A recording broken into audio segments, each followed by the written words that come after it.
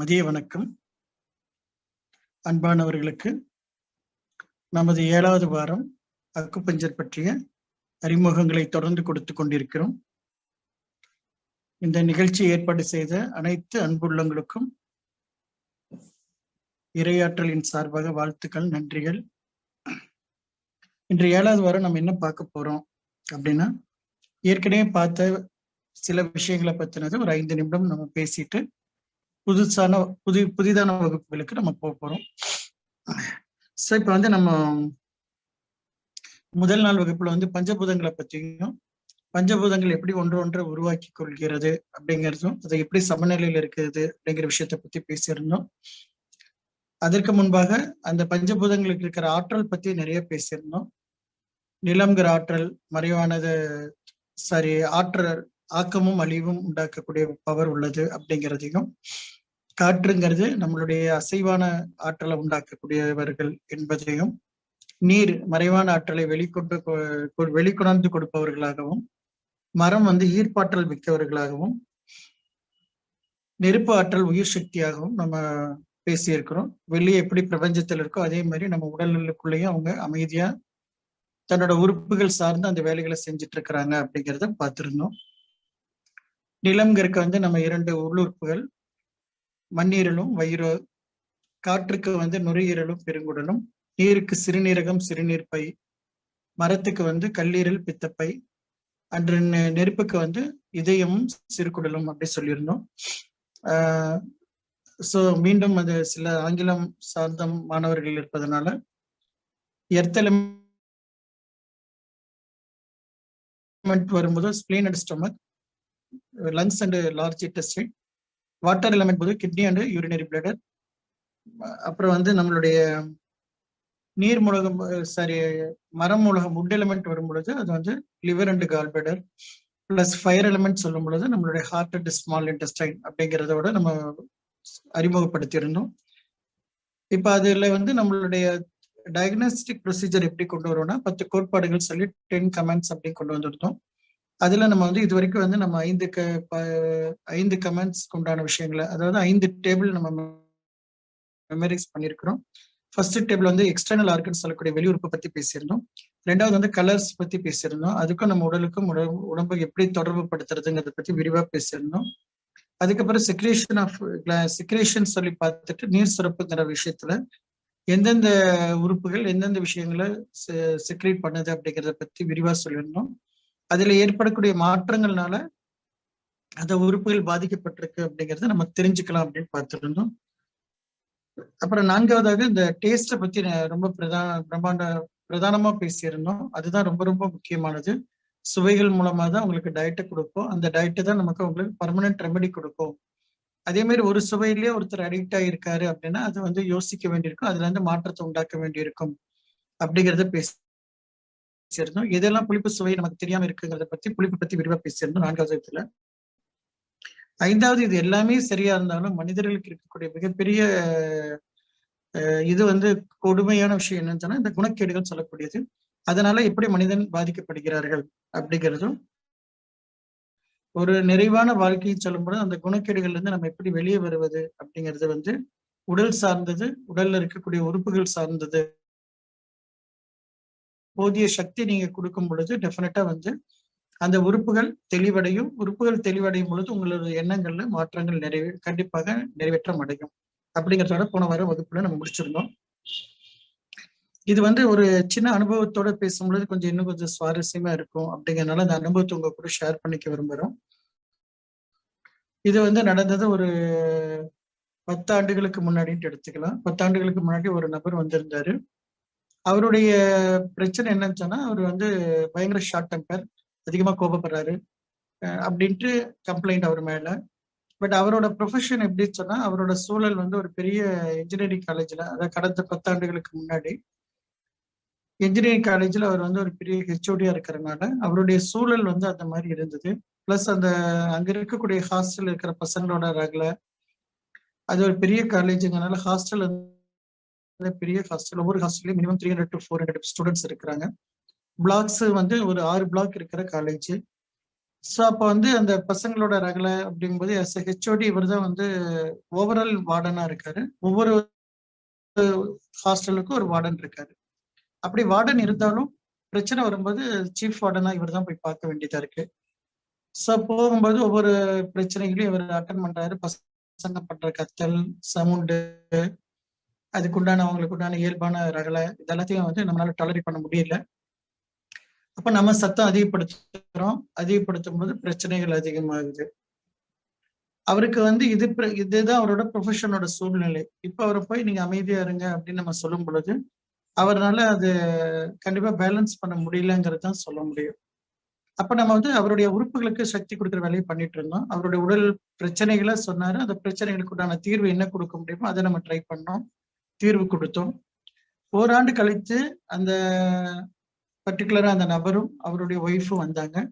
வரும்பொழுது அந்த ஒய்ஃப் சொன்ன முதல் வார்த்தை, சார் இவரை கொஞ்சம் கவனிங்க, என்ன மண்ணு மாதிரி இருக்காரு, எது சொன்னாலும் ரியாக்ட் பண்ண மாட்டேங்கிறாரு அப்படின்னு சொன்னாங்க. முதல்ல ஹைலி ஷார்ட் டெம்பர் சொன்ன அதே நபர் அதே அவங்களோட ஒய்ஃப் என்ன சொல்றாங்க, மண்ணு மாதிரி இருக்காரு அப்படின்ட்டு. இப்ப அவர்கிட்ட பேசும்போது என்ன ஆச்சு அப்படின்னா அவர் சொல்றாரு ரொம்ப தெளிவா, சார் நான் என்ன பண்றது, குழந்தைங்கன்னா பசங்கன்னா அப்படிதான் கத்துவாங்க, அதை நம்ம என்ன பண்ண முடியும், அதுக்காக நம்ம ஒவ்வொன்றுக்கும் ரியாக்ட் பண்ண முடியுமா அப்படின்னாரு. இதே சூழல் தான் கடந்த 1 வருடங்களுக்கு முன்னாடி இருந்தது. அப்ப வந்து அவர் என்ன சொன்னாரு, என்ன பண்றதுன்னு திருப்பி நம்மள கேள்வி கேட்ட அதே நபர் இப்ப அவர் தெளிவா சொல்றாரு, பசங்கன்னா அப்படிதான் இருப்பாங்க அப்படின்ட்டு. சரி, இப்ப அவரோட சூழல் மாறிடுச்சானா மாறல, அவருக்குள்ள மாற்றம் நடந்திருக்கு அப்படிங்கறது தெளிவா புரிஞ்சுக்கலாம். அப்ப அவருக்குள்ள அந்த மாற்றம் எப்படி நிகழ்ந்தது அப்படின்னா, அந்த உறுப்புகளோட சோர்வுனால மட்டும்தான் அந்த நபர்கள் வந்து அப்படி ரியாக்ட் பண்றாங்களே தவிர, அந்த நபர்கள் மேல நம்ம எந்த விதமான கோப உணர்ச்சியோ அல்லது நம்ம ஏதோ தாழ்வு மனப்பான்மையோ எதுவுமே வச்சுக்க தேவையில்லை. அப்ப அவருக்கு வந்து உடனே சார் அப்ப அதுக்கு ஏதாவது பாயிண்ட் கொடுத்தீங்களா அப்படின்னா, கண்டிப்பா பாயிண்ட் கொடுத்தோம். அது கொடுக்கும் பொழுது அவருடைய இந்த சூழலுக்கோ அல்லது அவருடைய மனசை அமைதிப்படுத்துறதுக்கோ அப்படிங்கிற மாதிரி எல்லாம் பாயிண்ட்ஸ் கொடுக்கல. அவருக்கு அந்த கட்டத்துல என்ன உடல்ல தொய்வு இருக்கோ, உடல்ல என்ன எனர்ஜி தேவைப்படுதோ அதற்கு தான் நம்ம பாயிண்ட் கொடுத்துட்டு இருந்தோம். ஸோ அந்த பாயிண்ட்ஸ் கொடுக்க கொடுக்க என்னன்னா உடல் வந்து தன்னை செம்மைப்படுத்த ஆரம்பிச்சிருச்சு. உடல் தன்னை செம்மைப்படுத்தி ஒரு சமநிலைக்கு வந்ததுக்கு அப்புறம் அவருடைய எண்ணங்கள்ல மாற்றம் வர ஆரம்பிக்குது. ஸோ அந்த எண்ணங்களோட மாற்றங்கள் வரும் பொழுது அவருடைய எண்ணம் வந்து தெளிவடைஞ்சு அவர் பேசுறது எப்படி சொல்றாருன்னா, இல்ல இப்ப அது பசங்கன்னா அப்படிதான் இருப்பாங்க அப்படின்ட்டு ஒரு தெளிவான மனப்பான்மையில் இருக்காரு. இது கூட இருக்கிறவங்களுக்கு என்னன்னா, எப்பவும் பறந்துட்டு இருக்கிறவரு ஏன் பறக்கல அப்படிங்கிற மாதிரி அவங்க நினைக்கிறதுனால என்ன சொல்றாங்க, அவரு மண்ணு மாதிரி இருக்காரு அப்படின்னு சொல்லி சொல்றாங்க. சோ இதுதான் வந்து நம்மளுடைய அக்குபஞ்சர் அறிவியல் மூலமா கத்துக்கக்கூடிய பாடம், வாழ்வியல் பாடம் சொல்லி சொல்லலாம். ஓகே. சோ இன்னைக்கு வந்து நம்ம என்ன பாக்குறோம் சொன்னா, 6வது கோட்பாடுகளா எடுக்கிறோம். அந்த 6வது கோட்பாடு என்ன சொன்னா, பருவ காலம் சீசன் வந்து எப்படி நம்மளோட உடம்போட தொடர்புடையது அப்படிங்கிறத பத்தி நம்ம பார்க்க போறோம். இது ரொம்ப ரொம்ப முக்கியமா எல்லா கோட்பாடுகளும் முக்கியம் தான். ஏன்டா இந்த கோட்பாடுகளை வச்சுதான் நம்ம ஒரு பேஷண்ட் அட்டன் பண்றோம். அதனால எல்லா கோட்பாடுகளும் முக்கியம் தான். பட் இந்த கோட்பாடு வந்து எப்படின்னா, வருடத்துக்கு ஒரு முறை மட்டும்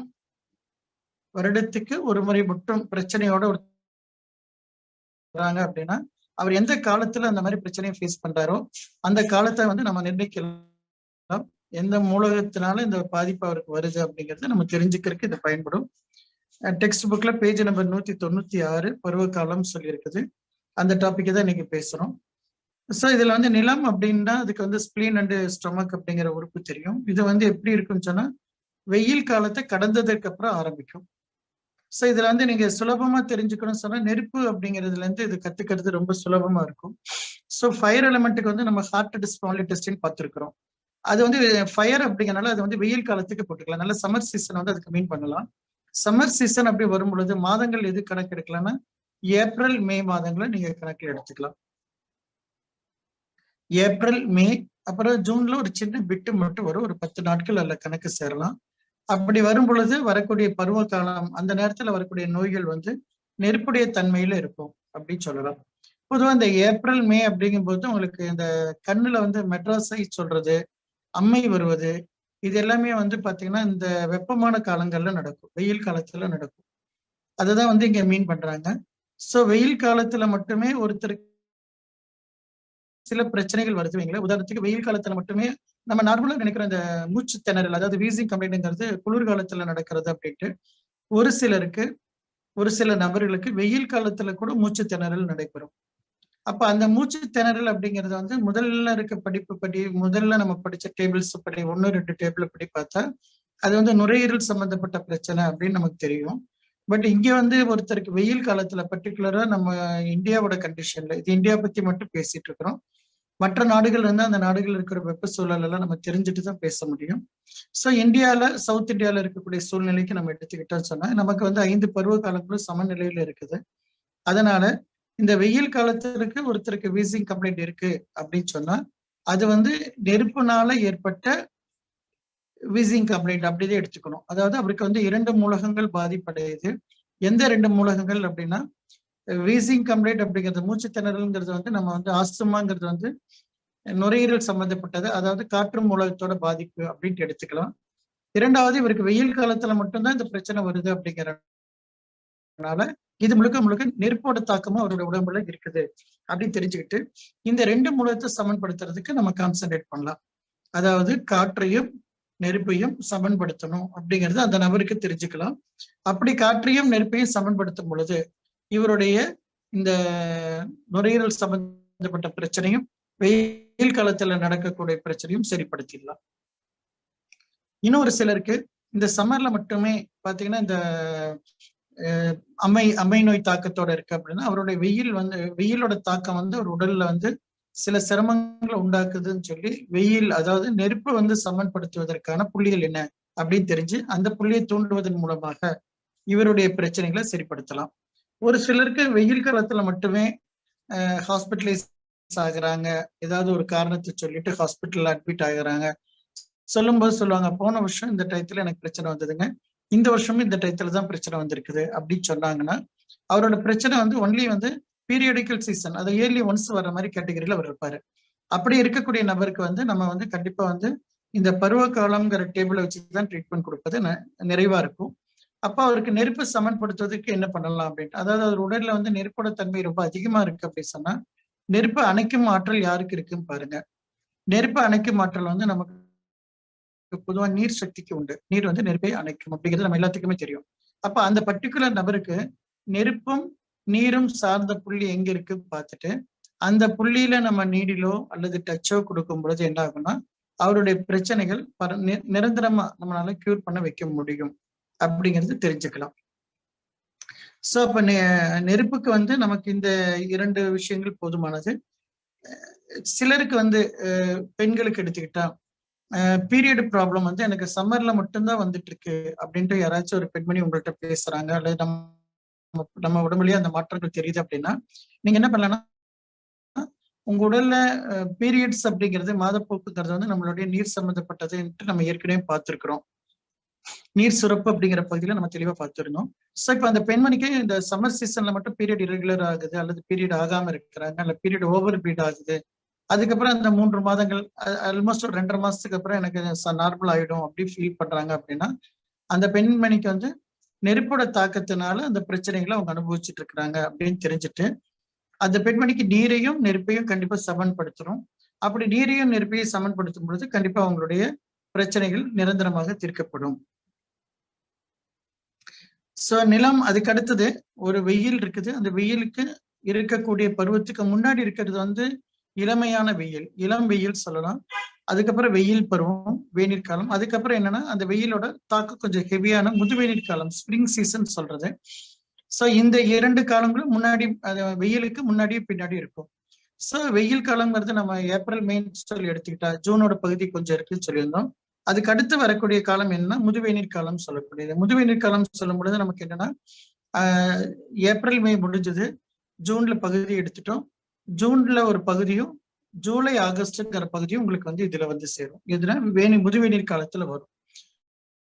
இந்த சீசன்ல தான் நம்ம வந்து நிலம் சார்ந்த விஷயம் அப்படிங்கிறதுனாலதான் நம்ம தமிழ் மாதங்கள் கூட நீங்க கனெக்ட் பண்ணி பாத்தீங்கன்னா ஆடிப்பட்டம் தேடி விதைன்னு சொல்லி பழைய பழமொழி நம்ம பயன்படுத்திட்டு இருந்தோம். ஆடி மாதங்கள் வந்து விவசாயத்துக்கு உகந்த மாதமாக நம்ம சொல்றோம். அப்ப ஆடி மாதம்ங்கிறது நிலம் சார்ந்த விஷயங்கள் செய்வதற்கு ரொம்ப ரொம்ப நல்லா இருக்கும் அப்படிங்கிறது தெரியுது. அப்ப அந்த முதுவேநீர் காலத்துக்குள்ள வரக்கூடிய பருவங்கள், முதுவேநீர் காலத்துல வரக்கூடிய பிரச்சனைகள் எதுவாக இருப்பினும், பர்டிகுலரா இப்ப இந்த மாதம் நமக்கு வந்து வந்தாச்சு, ஏப்ரல் மே முடிஞ்சு ஜூன் முடிஞ்சது, இப்ப ஜூலை மாசம் நம்ம வந்துட்டு இருக்கோம். ஸோ ஜூலை ஆகஸ்ட்ல நடக்கக்கூடியது முழுக்கவே வந்து நீங்க எதுக்கு எடுத்துக்கலாம் சொன்னா நிலம் சம்பந்தப்பட்ட பிரச்சனைகளாக எடுத்துக்கொள்ளலாம். ஸோ அவங்களுக்கு நிலத்தை சரிப்படுத்துவதற்கு ரொம்ப நல்ல டைமா இருக்கும்.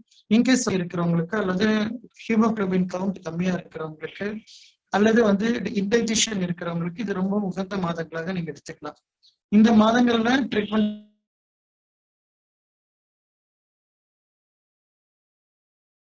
யாரோ பாயிண்ட் எடுத்து கொடுத்திருந்தீங்க, ரொம்ப சந்தோஷம். ஹீமோகுளோபின் கம்மியா இருக்குன்னு சொல்றவங்க, அல்லது வந்து வயிற்றில் இன்டைஜஷன் அதிகமா இருக்குன்னு சொல்றாங்க, சாப்பிட்டா உப்புசமா இருக்குன்னு சொல்றாங்க, அவங்களுக்கு எல்லாமே பாத்தீங்கன்னா இந்த பர்டிகுலர் மந்த்ல வந்து நிறைய தொந்தரவுகள் அதிகமா தெரியற மாதிரி இருக்கும். பட் இது தொந்தரவுகள் அதிகம் கிடையாது. உங்களுடைய அதனோட இயக்க ஆற்றல் வந்து அதிகமாயிடுது. அது வந்து நம்மளுடைய மண்ணீரலும் நிலமும் வந்து, அதாவது மண்ணீரலும் வயிறும் என்ன பண்ணும்னா தன்னுடைய ஆற்றல் அதிகமா கிடைக்கிறனால, வெளியிருந்து பிரபஞ்சத்தில இருந்து வர்ற ஆற்றல் அதிகமா இருக்கிறனால என்ன பண்ணும், தன்னை சீரமைத்து கொள்ள ரொம்ப முயற்சி பண்ணும். அப்படி ரொம்ப ட்ரை பண்ணும் பொழுது என்ன பண்ணணும்னா உங்களை சீக்கிரமா சரிப்படுத்தி வெளியே கூட்டிட்டு வர்றதுக்கான முயற்சி தான் அது நடக்கும். அந்த முயற்சி வந்து நமக்கு என்ன தோணும்னா, ரிப்பேர் ஒர்க் பண்ணா எப்படியும் வீட்டுல குப்பை ஆகும்னு சொல்லுவோம் இல்லைங்களா? அதே மாதிரி நம்ம வீட்டை சுத்தப்படுத்தும் பொழுது எப்பொழுதும் குப்பை நடக்கதான் செய்யும். அன்னைக்கு வந்து வீடு கொஞ்சம் கசகசன்றுதான் இருக்கும். அதே மாதிரிதான் நம்ம உடல்ல மாற்றங்கள் நடக்க போது நமக்கு இன்கன்வீனியன்ட் தெரியும். பட் இந்த இன்கன்வீனியன்ட் வந்து உங்களோட பெஸ்ட் மூவ்மெண்ட்டுக்காக நடக்கிற ஒரு விஷயம் அப்படின்னு அப்படி தெரிஞ்சிருச்சுன்னா கொஞ்சம் ஈஸியா இருக்கும். ஓகே, அப்ப வந்து யாராவது தொந்தரவுகள் வந்து எவ்ரி இயர் இந்த பர்டிகுலர் பீரியட்ல மட்டும் எனக்கு ஏதாவது தொந்தரவு இருக்குது, இன்கேஸ் ஒரு சிலர் சொல்லுவாங்க அல்சர் கம்ப்ளைண்ட் இருக்கு, அல்லது ஆசிட் ரிஃப்ளெக்ஷன் அதிகமா தெரியுது, அல்லது த்ரோட் வந்து ரொம்ப இரிட்டேட்டா இருக்குது, த்ரோட் பைப் வந்து இரிட்டேஷன் இருக்கு அப்படின்ட்டு எது சொன்னாலும் சரி, இது எல்லாமே முழுக்க முழுக்க எது கூட கனெக்டடு சொன்னா உங்களுடைய நிலம் சார்ந்த 2 உறுப்புகளுடைய சம்பந்தப்பட்டது அப்படின்னு தெளிவா பார்த்துட்டு, அப்ப நிலத்தை வந்து சமன்படுத்துவதற்கு சுலபமான வழி உங்களுக்கு ஏற்கனவே உணவுகளை சொல்லியிருக்கிறோம், பழங்கள் அப்படின்னு சொல்லியிருக்கிறோம். ஸோ அப்ப பழம் சார்ந்த உணவுகளோ அல்லது ரொம்ப ரொம்ப சீக்கிரம் ஜீரணமாகக்கூடிய உணவுகளோ எடுத்துக்கிட்டாங்க சொன்னா இந்த காலகட்டத்துல உங்களுடைய வயிறு செம்மைப்படுத்தப்படும். ரொம்ப சீக்கிரம் மாற்றங்களை நம்மளால அனுபவிக்க முடியும். அதற்கு அடுத்தது இளவேநீர் அதாவது முதுவேநீர் காலம், அதாவது இந்த சம்மர் முடிச்சு அதுக்கு அடுத்த பீரியட் முடிஞ்சு அதுக்கு அடுத்தது வருது. அப்போ வந்து நம்மளுடைய ஏப்ரல் மேவோட பார்ட்டு, ஏப்ரல் மே முடிஞ்சு ஜூன்ல பாதி முடிஞ்சது, ஜூன் முடிஞ்சு ஜூலை ஆகஸ்ட் முடிஞ்சது. அதுக்கப்புறம் வரும்போது ஜூலை ஆகஸ்ட் முடிச்சோன்னா செப்டம்பர் அக்டோபர் வர ஆரம்பிக்கும். அந்த காலம் வந்து நமக்கு மழைக்காலமாக தீர்மானிக்கப்படுது. அப்ப அந்த மாதங்கள்ல வரக்கூடியது வந்து உங்களுக்கு முழுக்க முழுக்க பாத்தீங்கன்னா காற்று சம்பந்தப்பட்ட பிரச்சனைகளை அதிகமா பார்ப்பாங்க. பர்டிகுலரா வீசிங் கம்ப்ளைண்ட் அப்படிங்கிறது நிறைய பேர் பார்க்கலாம். அந்த டயத்துல பாத்தீங்கன்னா ஹாஸ்பிட்டல்லே நிறைய பேர் வந்து அட்மிட் ஆகுறது சொல்லுவாங்க, எனக்கு இந்த மாசம் வந்துருச்சுனாலே அவ்வளவுதான் சார், ஹாஸ்பிட்டல்ல நான் போயிட்டு நெபுலைசர் வச்சா எனக்கு சரியாயிடும் அப்படிம்பாங்க. ஸோ ஒவ்வொரு மாதமும் உங்களது இந்த பீரியட் இப்படியே நடந்துட்டே இருக்கும்.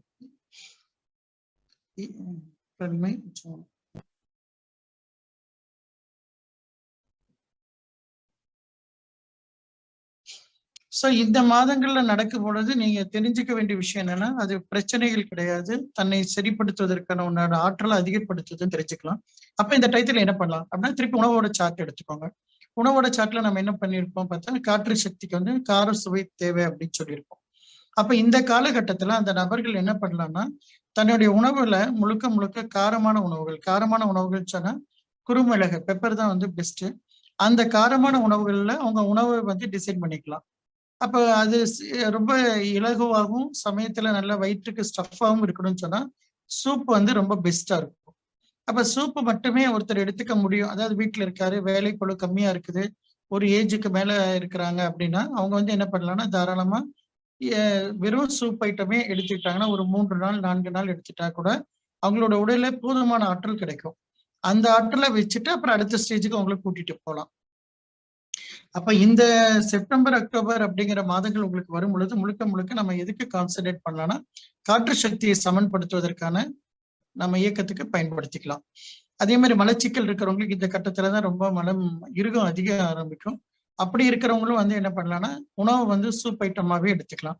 ஸோ இந்த காலத்தையும் உங்க சுவையும் நல்லா எடுத்துக்கோங்க, ரொம்ப முக்கியம். இதுல என்ன ஒரு பெரிய இன்னொரு விஷயம் அப்படின்னா, மனம் பத்தி நம்ம வகுப்புல நிறைய பேசுறோம். நம்மளோட வகுப்புல இருக்கக்கூடிய நண்பர்களும் தோழர்களும் என்ன பண்றாங்கன்னா, பொதுவா வந்து அதிகமான டிவியில வந்து அடிக்ஷன் கிடையாது, அதனால வந்து ப்ராப்ளத்தை விட்டு சீக்கிரம் வெளியே கூட்டிட்டு வந்துடலாம். வேற நீங்க பார்க்க போற இடங்கள்ல இருக்கக்கூடிய நண்பர்களுக்கு ட்ரீட்மெண்ட் கொடுக்கும் பொழுது கண்டிப்பா வந்து அவங்கள்ட்ட அந்த சீரியல் ஆக்டிவிட்டிஸ் அதிகமா இருக்கா, டிவி சீரியல் ஆக்டிவிட்டிஸ் அதிகமா இருக்கா அப்படிங்கறது கவனிங்க. அந்த மாற்றம் நடந்தா மட்டும்தான் இவங்களுக்கு தீர்வு கிடைக்கும். அதுல நீங்க அக்குபஞ்சர்ல ட்ரீட்மெண்ட் கொடுக்குற, உணவுல நான் ட்ரீட்மெண்ட் அப்படின்னு நம்ம என்ன பண்ணிட்டு இருந்தாலும் அவங்களுடைய எண்ணங்கள்ல மாற்றம் இல்லைன்னா நம்மளால பெரிய ரிசல்ட் கண்டிப்பா தர முடியாது. என்கிட்ட எண்ணங்கள்ங்கிறது தான் மறைவான சக்தி தான் ஒரு இன்னொரு விஷயத்த ஆக்டிவேட் பண்ணும். அது ஒரு பெரிய தியரி இருக்கு, இன்யாங் தியரின்னு சொல்லிட்டு. நம்ம அதை வகுப்புல இன்னும் ஆரம்பிக்கல. சோ அந்த கான்செப்ட் படி பார்க்கும் பொழுது உங்களுடைய எண்ணங்களுடைய ஆற்றல் அதிகமாகும் பொழுது, அது நீங்க சீரியல் வழியா போய் மாட்டிட்டாலும் சரி, அல்லது யாரா புலம்புறதையே உங்களோட கேள்வியா கேட்டுட்டு இருந்தாலும் சரி, அல்லது நீங்களும் எப்பவுமே புலம்புற கேரக்டரா இருக்கிறீங்க அப்படின்னா கூட நம்மளுடைய உடல் உள்ளுறுப்பு வந்து கண்டிப்பா சீரமைப்பு வந்து ரொம்ப டிலே ஆகுது. அது வந்து ஒரு மூணாவது படிக்கிற குழந்தை எங்களுக்கு சொல்லி கொடுத்த ஒரு பாடம். அந்த குழந்தை வந்து தன்னுடைய உடல் சரிப்படுத்துறதுக்கு வந்து ட்ரீட்மெண்ட் எடுக்கும் பொழுது நார்மலா குழந்தைகள் எல்லாம் வந்து 1 நாள் 2 நாள்ல சரி ஆகணும், அப்படிதான் வந்து இயல்பான தன்மையில இருக்கும். அந்த குழந்தைக்கு 1 மாதம் ஆகியும் 2 மாதம் ஆகியும் சரியாகலன்னு சொல்லி யோசிக்கும் பொழுதுதான் தெரிஞ்சது அந்த குழந்தை ஈவினிங் டைம் ஆனா பாட்டி கூட உட்காந்து மெகா சீரியல் பார்த்துட்டு இருக்கிறா அப்படின்ட்டு. சோ அவளுக்கு என்ன ப்ரோக்ராம் எந்த சேனல்ல ரன் ஆகுதுங்கிறது நல்லா தெரியுது. அப்ப அந்த குழந்தைகளுக்கு வந்து அந்த ப்ரோக்ராம்ல நடக்கக்கூடிய விஷயங்கள் ஏதோ ஒரு இடத்துல வந்து பதிவாகுது. அந்த பதிவுக்கு ஏற்ற மாதிரி உடல் வேலை செய்ய ஆரம்பிக்குது. அதனால அந்த குழந்தை வந்து வெளிவரக்கு லேட் ஆச்சு, நோயை விட்டு வெளிவரக்கு. அப்புறம் அந்த பாட்டிட்ட டிவி ஆஃப் பண்ண வச்சு அந்த குழந்தைய ஈவினிங் வந்து வேற ப்ரோக்ராம்க்கு அனுப்ப சொல்லி, என் பாட்டி வந்து பார்க்கறத நிறுத்த மாட்டாங்க, அதனால அவங்கள மாற்ற முடியாதுங்கிறனால விட்டுட்டோம். குழந்தையை பாதுகாக்கணும் அப்படிங்கறனால இந்த விஷயத்த செய்ய சொல்லி அந்த குழந்தை அதுக்கப்புறம் உடனே நோயிலிருந்து வெளியே வந்துட்டா. அப்ப நம்ம ட்ரீட்மெண்ட் யாருக்காவது கொடுக்க போகும்பொழுது அவங்களுடைய சூழல் எல்லாத்தையுமே நீங்க கேட்டுக்கிட்டு அதுல ஏதாவது தவறுகள் இருப்பின் அதை வந்து காயப்படுத்தாம, அதே சமயம் அவங்களுக்கு வலிக்காமையும் வலுவாகவும் நீங்க சொல்லி வெளியே கூட்டிட்டு வந்துட்டீங்கன்னா நிரந்தர தீர்வு நம்மளால கொடுக்க முடியும். அதுக்கப்புறம் நீர் அப்படிங்கிற தன்மைக்கு வருது. நீர் வரும் பொழுது நமக்கு நார்மலா டிசம்பர் ஜனவரி மாதங்கள் எல்லாம் 15 நாட்கள் வரைக்கும் நமக்கு நீரோட ஆதிக்கம் அதிகமாக தெரியும். அது வந்து நல்ல குளிர்காலமாக இருக்குது. ஸோ நவம்பர்ல ஒரு பகுதியும் டிசம்பர் ஃபுல்லாவும் ஜனவரியில ஒரு பகுதியும் நமக்கு வந்து நீர் மாதங்களாக எடுத்துக்கலாம். ஜனவரியோட ஆல்மோஸ்ட் ஃபுல்லாவே இப்ப நீங்க பாத்தீங்கன்னா ஊட்டி எல்லாம் பாத்தீங்கன்னா ஜனவரி மாதமும் டிசம்பர் மாதமும் வந்து செகண்ட் சீசன் அப்படி சொல்லுவாங்க. அது என்ன செகண்ட் சீசன் சொன்னா குளிர்ல எக்ஸ்ட்ரீம் குளிரை பார்க்கக்கூடிய காலங்கள். நீங்க சம்மர்ல போய் பார்க்குற ஊட்டியும் குன்னூரும் வேற மாதிரி இருக்கும். இந்த டிசம்பர் ஜனவரியில பார்க்கக்கூடிய குளிர் வந்து வேற மாதிரி இருக்கும். இந்த டிசம்பர் ஜனவரி வந்து ஆல்மோஸ்ட் வந்து நீங்க ஃப்ரீஸ் ஆயிடுவீங்க, அந்த அளவுக்கு ஒரு குளிர் இருக்கும். பட் அந்த குளிரை ரசிக்கிறதுக்குன்ட்டு ஒரு கூட்டம் இருக்கு, ரொம்ப கம்மியான மக்கள் வச்சுக்கோங்க. பட் அந்த டயத்துல நீங்க ரூம் புக் பண்ணும்போது அங்க வந்து காஸ்ட்லியா தான் இருக்கும். ஏன்னா அந்த சீசனை ரசிக்கிறதுக்காக ஒரு சிலர் வருவாங்க குளிர்.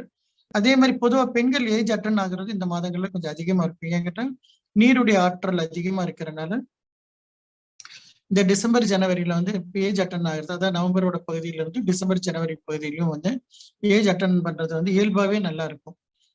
ஸோ அது வந்து இந்த நீர்த்தன்மையோட வெளிப்பாடு. அதே மாதிரி பீரியட்ஸ்ல பிரச்சனைகள் இருக்கிறவங்களுக்கும் வந்து இந்த டயத்துல வந்து அதிக ப்ளீட் ஆகுறது இதெல்லாம் கொஞ்சம் அதிகமா இருக்கும். பர்டிகுலரா கைனகாலஜிஸ்ட் அதிகமா கூட்டம் சேரக்கூடியது இந்த மாதங்களாக இருக்கும். ஏன்னா அது என்னன்னு தெரியல, அதனால அவங்க வந்து நிறைய பேர் வந்து நேரடியா போயிட்டு அவங்கள்ட்ட பீரியடை நிறுத்துறது அல்லது வேற ஏதாவது பிரச்சனைன்னு சொல்லி அதிகமா எடுக்கிறாங்க. அது தேவையற்றது. இந்த நீர் சம்பந்தப்பட்ட பிரச்சனையை சரி பண்ணா டெஃபினட்டா அவங்களுடைய ப்ராப்ளம் பர்மனண்டா கியூர் பண்ணிடலாம். அதற்கப்புறம் வரும் பொழுது ஜனவரி வந்து பிப்ரவரி மார்ச் எடுத்துக்கலாம். பிப்ரவரி மார்ச்சும் உங்களுடைய மாதங்கள் வந்து முழுக்க முழுக்க மரம் சம்பந்தப்பட்டதாக இருக்கும். ஸோ டாக்ஸின்ஸ் உடம்புல அதிகமா இருக்கிறவங்களுக்கு அந்த மாதங்கள்ல கட்டி உடையிறது, கட்டி வெளிப்படுத்துறது, இந்த மாதிரி பவர் வந்து அதிகமா இருக்கும். அதனால உடம்புல எங்கேயாச்சும் கட்டிகளோ அல்லது வந்து சோர்வு அதிகமா இருந்தாங்கன்னா அந்த மாதங்கள் வந்து அவங்களுக்கு வந்து தன்னை செம்மைப்படுத்துவதற்கான ஆற்றல் உடலில் அதிகமா எடுத்து வேலை செய்யும். அந்த டயத்துல இவங்க வந்து உணவுல புளிப்பு இல்லாம ஒருத்தங்க இருந்திருக்கிறாங்க. நம்ம ஏற்கனவே புளிப்பு பத்தி நிறைய பேசியிருக்கிறோம். இந்த இட்லி தோசை மாவு அதிகமா புளிப்பு இல்லாம இருக்கிறது, அப்புறம் பால் தயிர் அதிகம் சேர்த்தாம இருக்கிறாங்க அப்படின்னா அந்த மாதிரி இருக்கக்கூடிய நபர்களாக இருக்கும் பட்சத்தில் மட்டும் நீங்க என்ன பண்ணலாம்னா இந்த பிப்ரவரி மார்ச் மாதங்கள்ல வந்து கொஞ்சம் வந்து உங்களோட உணவுல வந்து புளி கரைசல் அதிகமா சேர்த்திக்கிறதுக்கு முயற்சி பண்ணிக்கலாம். புளி சாதம், புளியோதரை அல்லது வேற ஏதாச்சும் புளிப்பா இருக்கக்கூடிய உணவுகள்ல நீங்க சேர்த்திக்கிறது உங்களுக்கு கொஞ்சம் நல்ல ஆற்றலை கொடுக்கும். அது இல்லாம நிறைய பேர் இட்லி தோசையில் இருக்கிறவங்களுக்கு அந்த மாதிரி ஒரு சஜஷன் தர வேண்டாம். ஏன்னா அவங்களுக்கு ஏற்கனவே புளிப்புத்தன்மை அதிகமா இருக்கிறதுனால அவங்க சேர்த்தணுங்கிற தேவை கிடையாது. உங்களோட உணவுல ஏற்கனவே ஓராண்டு காலம் 2 ஆண்டு காலம் உங்க கூட இருக்கிறாங்க, நீங்க நல்லா அவங்கள பார்த்துட்டு இருக்கிறீங்க, அவங்க கரெக்டான பேட்டர்ன்ல இருக்கிறாங்க அப்படின்னா மட்டும் இந்த புளிப்பான சாதம் எடுத்துக்கலாம். புளி சாதம் ரொம்ப நல்லது அப்படிங்கிறது அவங்களுக்கு மேட்ச் ஆகும். அதே மாதிரி இரவு நேரத்துல வந்து அவங்க வந்து லெமன் ஜூஸ் எடுத்துக்கிறதும் நல்லது இருக்கும். லெமன் ஜூஸ்ல உப்பு போட்டு கொஞ்சமா உப்பு, லெமன் இதை மட்டும் போட்டு ஜூஸ் எடுத்துட்டு வந்தாலும் அவங்களுடைய உடல்ல இருக்கக்கூடிய அசதி, மற்ற தொந்தரவுகள், டாக்ஸின்ஸை வெளியேற்றது, இது எல்லாமே வந்து ரொம்ப கம்ஃபர்டபுளா நடக்கும். இது இயற்கையிலேயே நமக்கு வந்து 5 பஞ்சபூதத்துக்கு ஏற்ற மாதிரி 5 பருவ காலங்கள் இங்க இருக்கிறனால, இங்க இருக்கிறதே வந்து நம்ம ஹைலி கிஃப்டட் அப்படிங்கிறத நீங்க அனுபவிச்சு பார்த்துக்கலாம். இதுக்கு முன்னாடி நமக்கு பெரிய கிஃப்ட் தேவையே கிடையாது. இந்த பிரபஞ்சத்துல பர்டிகுலரா சவுத் இந்தியாவில் இருக்கக்கூடிய மக்கள் அனைவரும், அதுவும் பர்டிகுலரா சவுத் பெல்ட்ல தமிழ்நாட்டில் இருக்கக்கூடிய மக்களுடைய தன்மை வந்து பாத்தீங்கன்னா, இந்த 5 பருவ காலங்களும் ரொம்ப சமநிலையில இருந்துட்டு இருக்குது. இதை வந்து நீங்க பெரிய கண்ட்ரில வேற எந்த கண்ட்ரில போனாலும் இந்த பருவ காலம் கிடைக்காது. நமக்கு வந்து நிறைய பேர் நிறைய கம்ப்ளைண்ட் பேச தெரியும், நம்ம நாட்டை பத்தியும் மற்றதை பத்தியும் நம்ம இருக்கக்கூடிய இடங்களை பத்தியும் கம்ப்ளைண்ட் பேசுவோம். பட் இது வந்து எப்படி பருவத்துல நம்ம எவ்வளவு அழகா இருக்கிறோங்கிறது, ஏதாவது ஒரு கண்ட்ரில போய் உட்காந்து அங்க பருவமே இல்லாம முழுக்க முழுக்க பனியாவோ, முழுக்க முழுக்க மழையாவோ, அல்லது முழுக்க முழுக்க வெயில்லையோ காஞ்சிட்டு இருக்கிறவங்களுக்கு இந்த பருவ காலத்தை பத்தி நல்ல அனுபவம் தெரியும். அதனால கடவுள் நேச்சர்ல, இயற்கையோட ஆற்றல்ல நமக்கு வந்து பருவங்கள் சமநிலையில இருக்கிறனால இங்க இருக்கக்கூடிய எல்லா மனிதர்களும், எல்லா ஜீவராசிகளும் அதீதமாக கிஃப்ட் வாங்கின மக்களாக இருப்பார்கள் அப்படிங்கிறத நம்ம உணர முடியும், அனுபவிக்க முடியும். ஓகே, இதற்கு அடுத்தது நம்ம அடுத்த ஒரு டாபிக் இன்னைக்கு எடுத்து ஆகணும். ஸோ பிரத்யேக நேரம் அப்படிங்கிற பாட்டி நம்ம சேர்த்து பேச போறோம். அது வந்து 198வது பக்கத்துல இருக்குது. அதை நீங்க புக் இல்லாதவங்க அதை பத்தி யோசிக்கவே வேணாம், தாராளமா நீங்க எழுதிக்கோங்க, அதுவே உங்களுக்கு போதுமான அளவுக்கு இருக்கும். ஸோ பிரத்யேக நேரம்னா என்ன அப்படின்னா, இப்ப எப்படி பிரத்யேக காலம் சொல்லணும், பருவ காலம்ங்கிறது ஒரு பிரத்யேக காலம் சொல்லணும், அதே மாதிரி இந்த பிரத்யேக நேரம் அப்படிங்கிறது என்னன்னா, உங்க உடல் எவ்ரி 24 மணி நேரமும், ஒவ்வொரு நாளும் 24 மணி நேரமும் தன்னோட உறுப்பை வந்து சீரமைச்சுக்கும். வருஷத்துல ஒரு தடவை, ஒரு மாதம், ஒரு 2.5 மாதங்கள் உங்களுக்கு எடுத்து சீரமைக்கிறது ஒரு பேட்டர்னு. அதுக்கப்புறம் ஒவ்வொரு நாளும் தன்னுடைய உறுப்புகளை சீரமைக்கிறதுக்காக 2 மணி நேரங்கள் எடுத்துக்குது. இப்போ உதாரணத்துக்கு இதுக்கு சிம்பிளா புரியணும் அப்படின்னா, இப்ப நம்ம வீட்டுல வந்து சமைக்கிறவங்க யாரா இருந்தாலும் சரி, ஆணா இருந்தாலும் சரி, பெண்ணாக இருந்தாலும் சரி, சமைக்கிறோம். நம்ம சமையல வந்து காலையில சமைக்கிறோம், மதியம் சமைக்கிறோம், இரவு சமைக்கிறோம்னு எடுத்துக்குவோம். என்ன சமைச்சாலும் அந்த இரவு நேரத்துல எல்லா சமையலும் முடிஞ்சதுக்கு அப்புறம் அதை வந்து அந்த மேடையை, அதாவது சமைக்கிற மேடையை நல்லா நீட்டா கிளீன் பண்ணி வச்சுட்டு வர்றது சிலரோட அடையாளமா இருக்கும். அது எதுக்காக அந்த இரவு நேரத்துல அந்த சமையல் மேடையை கிளீன் பண்றோம், அந்த இடத்த சுத்தப்படுத்தணும் அப்படின்னா, அன்னைக்கு வந்து ப்ரொடக்ஷன் ஒன்றும் கிடையாது, அந்த சமையல் சுத்தப்படுத்தும் போது ப்ரொடக்ஷன் கிடையாது. ஆனா அந்த சமையல் மேடையை நீங்க சீரமைச்சு வச்சுட்டு வந்தா மட்டும்தான் அடுத்த நாள் வந்து உங்களால சமையலை வந்து ரொம்ப திறம்பட செய்ய முடியும். காலையில யோசிச்சு பாருங்க, காலையில போய் கிச்சன் நிக்கிறோம், அந்த ஸ்லாப் முழுக்க கண்டென்ட் அது இதுன்னு சொல்லி போட்டு அங்கங்க ஹெப்பசைடா கொட்டி கிடக்குது அப்படின்னா, நம்மளால வந்து கண்டிப்பா வந்து வேலைகளை வந்து சுலபமா செய்ய முடியாது. அப்ப காலையில அந்த நீட்டா இருந்துச்சு சொன்னா சமையலோட வேகம் வந்து அதிகமா மாறும். அது போலவே உடம்புல நம்மளுடைய 12 மணி நேரத்திற்கு, நம்ம உடல்ல இருக்கக்கூடிய 24 மணி நேரத்துக்கு நம்ம உடம்புக்குள்ள இருக்கக்கூடிய 12 உறுப்புகள் 2 மணி நேரம் தன்னுடைய வேலையை செம்மையா செய்வாங்க. ஓகே, அந்த அப்படின்னா ஒரு சின்ன சந்தேகம் வந்துட வேண்டாம். அப்ப இதயம் வந்து 2 மணி நேரம் மட்டும்தான் வேலை செய்யுமா அப்படின்ட்டோ, அல்ல வயிறு 2 மணி நேரம் மட்டும்தான் வேலை செய்யுமா அப்படின்ட்டோ கிடையாது. 2 மணி நேரம் அவங்களும் தனக்காக எடுத்து தன்னோட பிரச்சனைகள் ஏதாவது இருப்பின் அதை வேகமா சரிப்படுத்த முடியுமா அப்படின்னு பார்ப்பாங்க, அவ்வளவுதான். சோ அப்படி பார்க்கும் பொழுது நம்ம நெருப்புக்கு வந்து நம்ம 2 உறுப்புகளை பத்தி மட்டும்தான் பேசிட்டு இருக்கோம். இன்னும் 2 உறுப்புகள் ஏற்கனவே இருக்குன்னு சொல்லி இருந்தோம். மொத்தம் 4 உறுப்புகள் நெருப்பு சார்ந்தது. சோ ஒருத்தருக்கு ஒரு நாள் முழுக்க பிரச்சனை இருக்குது அப்படின்னு சொல்றாரு அப்படின்னா, அது மேபி நெருப்பு சார்ந்த பிரச்சனையா தான் இருக்கும். ஏன்னா 4 உறுப்புகள் 4 உறுப்புகள்னு சொல்லி போட்டீங்கன்னா 4 × 2 போட்டா 8 மணி நேரம் போயிடுது. அவர் ஒரு 8 மணி நேரமோ 6 மணி நேரம் தூங்குறாருன்னா அது அவருக்கு எதுவும் தெரியாது. சோ ஒருத்தரோட பிரச்சனையை சொல்றாருன்னா அவருடைய 16 மணி நேரத்துல இந்த 8 மணி நேரம், அதாவது பாதி நேரம் வந்து நெருப்போட ஆதிக்கத்தான் அதிகமா இருக்கும். அதனால அவருக்கு அடிக்கடி பிரச்சனை வரனால என்ன நினைப்பாரு, எனக்கு ஃபுல் டே இருக்குதுங்க அப்படின்னு சொல்லி சொல்லுவதற்கான வாய்ப்பு அதிகமா இருக்கும்.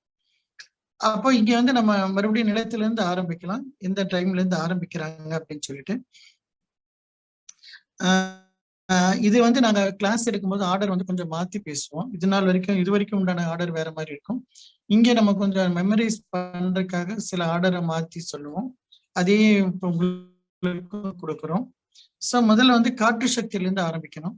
காற்று வந்து நமக்கு வந்து அதிகாலை நேரம், அதிகாலையில நம்ம எந்திரிக்க சொல்றதுக்கான ரீசனே இது ஒண்ணுதான். நேரத்துல எந்திரிங்க அப்படின்னு சொல்ற காரணம் இதுதான்.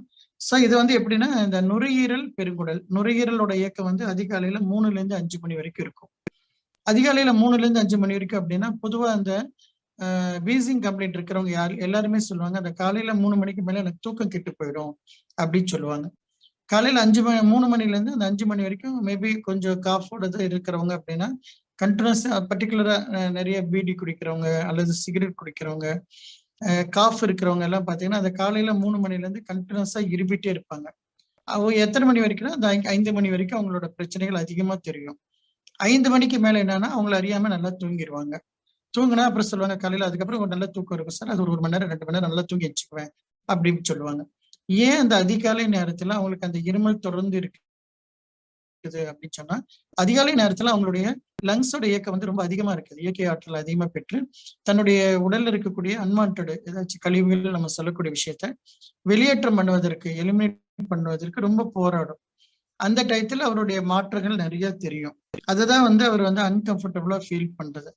அப்போ எத்தனை நாளைக்கு இதே மாதிரி இருமிட்டு இருப்பாரு அப்படின்ட்டு ஒரு கேள்வி கேட்டா, அவர் வந்து எப்பொழுது வந்து அந்த உடல்ல இருக்கக்கூடிய கழிவுகள் அளவு, அதாவது சளியோட தொந்தரவோ அல்லது நுரையீரல தேங்கிட்டு இருக்கக்கூடிய வேற ஏதாவது தொந்தரவுகளோ, அல்லது நுரையீரல இருக்கக்கூடிய அந்த மைக்ரோபோரோசோல்ஸ் சொல்லக்கூடிய சின்ன சின்ன நுண் துளைகள் இருக்கும். அந்த நுண் துளைகள் இருக்கிற அடைப்புகளோ நீங்கினா மட்டும்தான் அவருடைய தூக்கம் வந்து நல்லா அதிகமா கிடைக்கும்.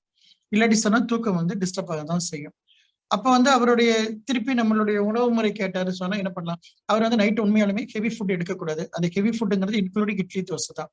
இட்லி தோசைன்னு சொல்லி எல்லாரும் சௌகரியமா நிறைய பேர் சாப்பிட்டுட்டே இருக்கிறாங்க. அதனால அதை கொஞ்சம் கம்மி பண்ணிட்டு அது இல்லைன்னா தவிர்த்துட்டு அவருடைய இரவு உணவு வந்து முழுக்க முழுக்க வந்து என்ன பண்ணலாம்னா சூப்பாவே எடுத்துக்கலாம். அதாவது ஒரு 6-6:30 மணிக்கு மேல ஒரு உணவு சாலிட் ஃபுட் எடுக்காம இருந்தாருன்னா உடலுடைய இயக்க ஆற்றல் வந்து என்ன பண்ணணும்னா இந்த ஜீரணத்தை சீக்கிரம் முடிச்சுட்டு தன்னுடைய உணவை வச்சுக்கிட்டு இவருடைய கழிவுகளை வெளியேற்றம், அதாவது லங்ஸை பியூரிஃபை பண்ற வேலையை செய்யும்.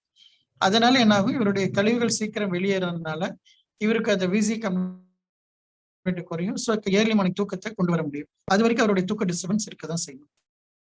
அதுக்கப்புறம் 5 to 7 அப்படிங்கிறது அதிகாலை 5 to 7 அப்படிங்கிறது நம்மளுடைய பெருங்குடல் லார்ஜ் இண்டஸ்ட்ரியோட இயக்கமான டைம். இந்த டயத்துல பொதுவாக வந்து எல்லாத்துக்குமே மலம் இயல்பா இருக்கக்கூடிய நபர்களுக்கு மலம் வந்து சீக்கிரம் வெளியேற்றம் நடக்கும். அது வந்து அதனோட ஆற்றல் அதிகமா இருக்கிறதுனால மலம் வெளியேற்றம் ரொம்ப ஃப்ரீயா நடக்கும். இப்போ ஒரு சந்தேகம் கிளாஸ் எடுத்துட்டு இருக்கிறதுக்கு யாருக்கா வந்துரு போது, சார் நான் 7 மணிக்கு மோஷன் போறது இல்லை, 9 மணிக்கு தான் போறேன், அதனால எனக்கு ஏதாவது பிரச்சனையா, அல்லது நான் சாயங்காலம் தான் போற மாதிரி இருக்கு, எனக்கு ஏதாவது பிரச்சனையா அப்படின்ட்டு ஒரு கற்பனை பண்ணிக்க வேண்டாம். இயல்பா இருக்கக்கூடிய டைம் இது சொல்லியிருக்கிறோம். உங்களுக்கு வந்து மோஷன் ஃப்ரீயா போனா போதும், அதுதான் முக்கியம். மோஷன் போயிட்டு இறுக்கமா இல்லாம இருக்கிற வரைக்கும் நமக்கு நல்லதுதான். அது ஒரு சிலருக்கு 2 தடவை போற மாதிரி இருந்தாலும் பரவாயில்லை. எல்லாத்தையும் சீரமைக்க முடியும். பட் அது எல்லாமே பரவாயில்லதான். அது எல்லாமே தவறான கருத்தாக எடுத்துக்க வேண்டாம். உங்களுடைய மோஷன் போறதுக்கு உண்டான நேரம், எவ்வளவு நேரம் எடுத்துக்கிறீங்க, அங்க போய் எவ்வளவு ஸ்ட்ரெயின் பண்றீங்க அப்படிங்கறத மட்டும் தான் கன்சிடர் பண்ணணும்.